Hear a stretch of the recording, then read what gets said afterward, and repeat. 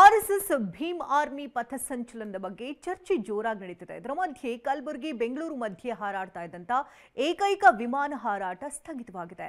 ಪ್ರಯಾಣಿಕರ ಕೊರತೆ ಅಂತ ಹೇಳಲಾಗ್ತಾ ಇದ್ರು, ಅಸಲಿ ಕಾರಣ ಬೇರೆಯದ್ದೇ ಇದೆಯಂತೆ. 6 ವರ್ಷಕ್ಕೆ ಕಲಬುರಗಿ ಬೆಂಗಳೂರು ಸಂಚಾರ ಬಂದ್. ರಾಜಕೀಯ ಜಿದ್ದಾಜಿದ್ದಿಯಿಂದ ವಿಮಾನ ನಿಲ್ದಾಣ ಬಂದ್.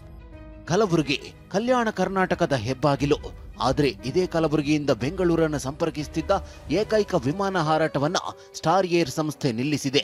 ಅಕ್ಟೋಬರ್ 15ರಿಂದ ಸೇವೆ ಸ್ಥಗಿತಗೊಳಿಸಲಾಗಿದೆ. ಈಗ ಒಂದೇ ಒಂದು ವಿಮಾನವೂ ಸಹ ಕಲಬುರಗಿ ವಿಮಾನ ನಿಲ್ದಾಣದಲ್ಲಿ ಹಾರಾಡುತ್ತಿಲ್ಲ. ಆರಂಭವಾದ 6 ವರ್ಷಕ್ಕೆ ವಿಮಾನ ನಿಲ್ದಾಣಕ್ಕೆ ಗ್ರಹಣ ಬಡಿದಿದೆ. ಆದರೆ ಉಸ್ತುವಾರಿ ಸಚಿವರು ಮಾತ್ರ ಇಂಡಿಗೋ ಹಾರಾಟ ನಡೆಸುತ್ತೆ ಅಂತಿದ್ದಾರೆ.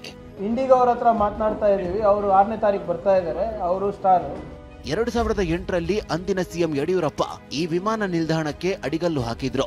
2019ರಲ್ಲಿ ಇಲ್ಲಿಂದ ಬೆಂಗಳೂರಿಗೆ ಮೊದಲ ವಿಮಾನ ಹಾರಾಟ ನಡೆಸಿತ್ತು. ನಿತ್ಯ 2 ಫ್ಲೈಟ್ ಸೇರಿ ತಿರುಪತಿಗೂ ಸಹ ಇಲ್ಲಿಂದಲೇ ಸ್ಟಾರ್ ಏರ್ ಸಂಸ್ಥೆ ವಿಮಾನಯಾನ ಸೇವೆ ಆರಂಭಿಸಿತ್ತು. ಒಳ್ಳೆ ರೆಸ್ಪಾನ್ಸ್ ಸಿಕ್ಕಿತ್ತು.